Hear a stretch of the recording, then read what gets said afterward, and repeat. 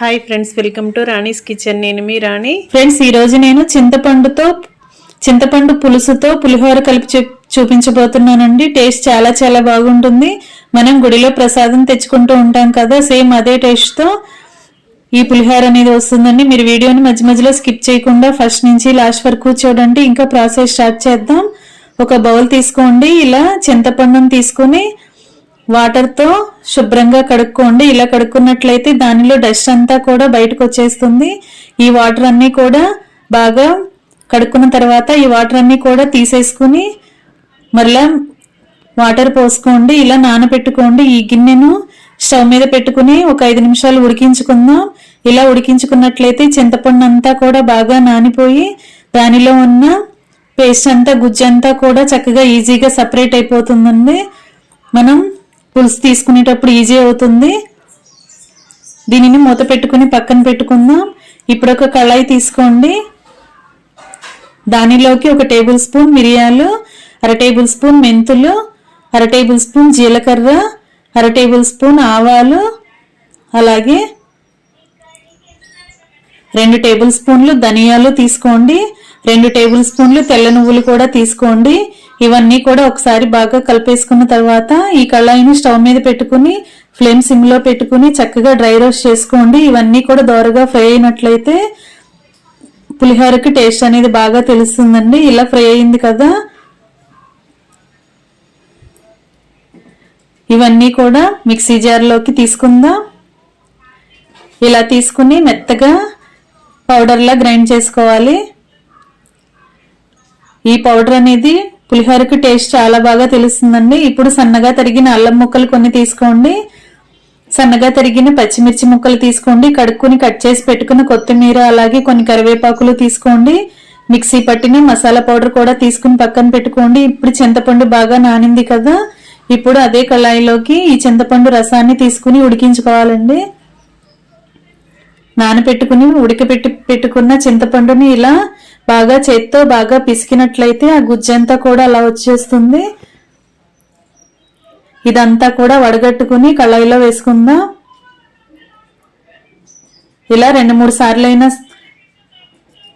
3-4 సార్లైనా సరే చింతపండులో వాటర్ పోసుకుంటూ ఇలా ఆ గుజ్జంతా కూడా తీసుకుంటూ ఉండాలి.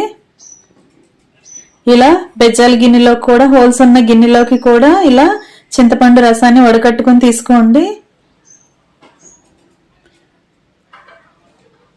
ఇలా మొత్తం కూడా చింతపండు నుంచి పేస్ట్ అంతా కూడా సపరేట్ అయిన తర్వాత ఈ కళాయిలోకి సరిపడా ఉప్పు వేసుకోండి. ఈ పులుసులోకి సరిపడా సాల్ట్ వేసుకోండి. చిటికెడు పసుపు వేసుకోండి. 1 గరిటె ఆయిల్ వేసుకోండి. అలాగే 5-6 పచ్చిమిర్చి చీలికలు కూడా వేసుకోండి. అలాగే 5-6 ఎండుమిర్చి కూడా వేసుకోండి.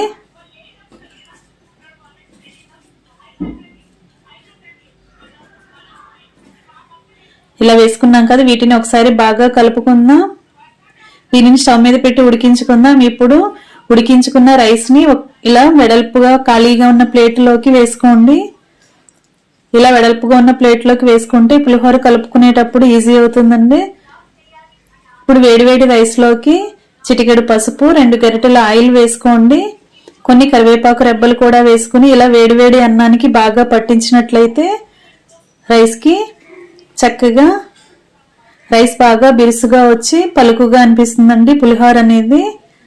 ఇలా ఆయిల్, పసుపు వేసినట్లయితే రైస్ పొడి పొడిలాడుతూ వస్తుంది. ఇప్పుడు తాలింపు రెడీ చేసుకుందాం. ఒక గిన్నెని తీసుకొని దానిలోకి ఆయిల్ వేసుకోండి. ఇలా 1 కప్పు పల్లీలు వేసుకోండి. వీటిని దోరగా ఫ్రై చేసుకుందాం. ఇప్పుడు పులుసు రెడీ అవుతుందండి. పులుసు ఉడుకుతున్నప్పుడు కొన్ని కడిగి పెట్టుకున్న కరివేపాకులు కూడా వేసుకుని పులుసు అంతా కూడా చిక్కబడే వరకు ఉడికించుకుందాం. పల్చగా లేకుండా చక్కగా దగ్గరగా ఉడకాలి. ఇలా చిక్కగా ఉడుకుతుంది కదా, ఒకసారి స్పూన్తో ఈ పులుసుని టేస్ట్ చూడండి. సాల్ట్ కానీ చాలకపోతే యాడ్ చేసుకోండి.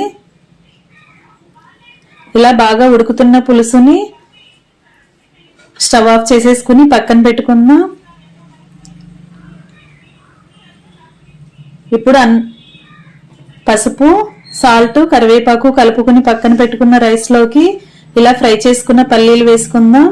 అదే ఆయిల్లోకి 1 టేబుల్ స్పూన్ పచ్చిశనగపప్పు, 1 టేబుల్ స్పూన్ సాయి మినపప్పు వేసుకోండి. 1/2 టేబుల్ స్పూన్ ఆవాలు, 1/2 టేబుల్ స్పూన్ జీలకర్ర వేసుకోండి. అలాగే సన్నగా కట్ చేసి పెట్టుకుని ఎండుమిర్చి కూడా కొన్ని వేసుకోండి. 1 టేబుల్ స్పూన్ ఇంగువ పొడి వేసుకోండి. ఇంగువ పులిహోరకు టేస్ట్ చాలా బాగా వస్తుందండి. అలాగే సన్నగా తరిగి పెట్టుకున్న అల్లం ముక్కలు 2 టేబుల్ స్పూన్లు, సన్నగా కట్ చేసి పెట్టుకున్న పచ్చిమిర్చి 2 టేబుల్ స్పూన్లు, అలాగే సన్నగా తరిగి పెట్టుకున్న కొత్తిమీర కూడా 2 టేబుల్ స్పూన్లు వేసుకోండి. కొన్ని కరివేపాకులు కూడా తీసుకుని సన్నగా కట్ చేసి వేసుకోండి. ఇలా వేసుకున్నాం కదా, ఇవి కూడా స్టవ్ మీద పెట్టుకుని ఫ్రై చేసుకుందాం. ఇలా బాగా ఫ్రై అయిన తర్వాత అవన్నీ కూడా ఈ పోపు అంతా కూడా రైస్ లో వేసేసుకుని కలుపుకుందాం.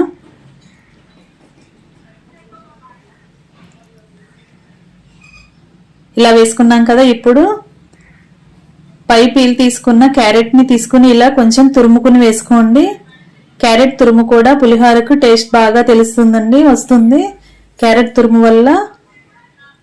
అలా వేసుకున్నాం కదా, ఇప్పుడు ఉడికించుకుని పక్కన పెట్టుకున్న చింతపండు రసాన్ని పులుసుని తీసుకుని రైస్ కి సరిపడా వేసుకుందాం. ఇప్పుడు 2 గరిటెల పులుసుని తీసుకుని అలా రైస్ లోకి వేసుకోవాలి. ఒకేసారి ఎక్కువగా వేసుకోకుండా కొంచెం కొంచెంగా వేసుకుంటూ కలుపుకుంటూ చూసుకోండి. మనం రైస్ కి పులుసు అంతా కూడా పట్టిద్దాం. ఇప్పుడు దినుసులని పౌడర్ చేసుకుని గ్రైండ్ చేసుకుని పక్కన పెట్టుకున్నాం కదా, ఆ పౌడర్ కూడా 1 టేబుల్ స్పూన్ వేసుకుందాం. ఈ పులుసులో వేసుకుని ఇదంతా కూడా బాగా కలిపేసుకుని ఈ పులుసు అంతా కూడా రైస్ కి పట్టిద్దాం.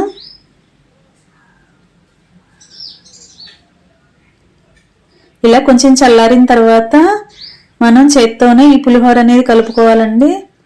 ఇలా కలుపుకున్నట్లయితే పులుసు అంతా కూడా రైస్ కి బాగా పడుతుంది. మనం పులుసుని రైస్ కి కలుపుకున్నప్పుడు కొంచెం మెత్తగానే ఎక్కువగానే కలుపుకోవాలి. పులుసు ఎక్కువగా వేసుకుంటేనే అన్నం చల్లారిన తర్వాత పులుసు రైస్ కి బాగా పట్టి పీల్చుకుని అన్నం పొడి పొడిలాడుతూ వస్తుందండి. ముందుగానే కొంచెం ఎక్కువగానే కలుపుకోవాలి. ఇంకా రెడీ అయిపోయింది. ఎంతో టేస్టీగా ఉండి చింతపండు పులిహోర అచ్చం గుడిలో ప్రసాదం టేస్ట్ ఇస్తుంది. మీ అందరూ కూడా ఖచ్చితంగా ట్రై చేసి చూడండి. అలాగే నా ఛానల్ ని ఫస్ట్ టైం వాచ్ చేస్తున్న వారు సబ్స్క్రైబ్ చేసుకుని పక్కనే ఉన్న బెల్ ఐకాన్ ని కూడా యాక్టివేట్ చేయండి. నేను పెట్టబోయే రెసిపీస్ అన్ని కూడా మీ ఫోన్ కి నోటిఫికేషన్ కి వస్తాయి. ఓపెన్ చేసి చూడొచ్చు. ఏ రోజు రెసిపీ ఆ రోజు మీరు కూడా ట్రై చేసి ఫ్యామిలీకి సర్వ్ చేసి ఎలా కుదిరిందో చెప్పొచ్చు. ఇంకా సర్వింగ్ ప్లేట్ లోకి తీసుకుని ఫ్యామిలీకి సర్వ్ చేసుకోవటమే. Tasty tasty temple style pulihora ready అయిపోయింది. మీ అందరికీ వీడియో నచ్చితే లైక్ చేయండి. అలాగే ఫ్రెండ్స్ కి ఫ్యామిలీ మెంబర్స్ కి ఈ రెసిపీ షేర్ చేయండి. టేస్ట్ చాలా చాలా బాగుంటుందండి. నేను చెప్పిన దినుసులన్నీ కూడా ఫ్రై చేసి మిక్సీ పట్టి పౌడర్ ని ఇలా పులిహోరలో కలిపినట్లయితే టేస్ట్ చాలా బాగుంటుంది. ఖచ్చితంగా ట్రై చేయండి. Thanks for watching.